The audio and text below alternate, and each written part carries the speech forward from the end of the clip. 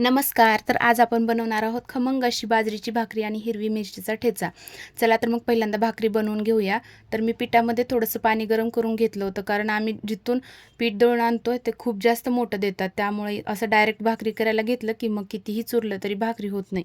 गावाकडे छान पीठ दळून देतात, मग डायरेक्ट जरी भाकरी केली तरी ती परफेक्ट बनते. आता भाकरी तव्यावरती टाकताना हात असा मध्यभागी ठेवायचा आणि कोणत्याही एका बाजूने भाकरी सावकाश तव्यावरती सोडायची.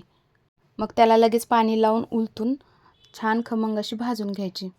आता ठेचा बनवण्यासाठी आपण मिरच्या अशा मधून कट करून घ्यायच्या. त्यामुळं काय होतं की मग मिरच्या अंगावर उडून येत नाहीत. आता याच्यावर एक झाकण ठेवायचं. मिरच्या व्यवस्थित तळू द्यायच्या. मग मिरच्या तळल्या की त्यामध्ये थोडासा लसूण टाकायचा. मिरच्या आणि लसूण तळल्या की ते खलबत्त्यामध्ये काढून घ्यायचं. मग त्याच तेलात थोडीशी जिरी टाकायची. नंतर थोडेसे शेंगदाणे भाजून घ्यायचे. आता यामध्ये चवीपुरतं मीठ टाकायचं. शेंगदाणे भाजले की त्याच खलबत्त्यामध्ये शेंगदाणे काढून ठेचा वाटून घ्यायचा. ठेचा खलबत्त्यामध्येच वाटायचा, मिक्सरमध्ये वाटला की तो चव लागत नाही. ठेचा वाटत असताना जास्त असं बारीक वाटायचा नाही, थोडासा मोठाच ठेवायचा. ठेचा, बाजरीची भाकरी, दही आणि कांदा हे सगळं ताटात असलं की मग एक नंबर चव लागते. चला तर मग व्हिडिओ आवडला असल्यास लाईक करा आणि आपल्या चॅनलला सबस्क्राईब करा.